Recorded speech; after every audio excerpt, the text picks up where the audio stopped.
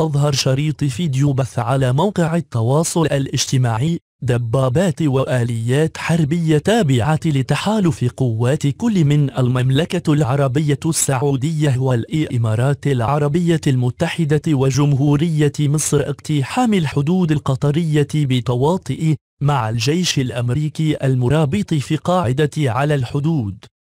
ووصلت الأزمة بين دول التحالف الإقليمي بشبه الجزيرة العربية بالإضافة إلى مصر في مواجهة دولة قطر إلى مرحلة لا عودة مع قرب دخول الطرفين إلى حرب إقليمية رغم مساعي الوساطة التي يقودها أمير الكويت لتجنيب الأشقاء العرب حربا غير محسوم العواقب.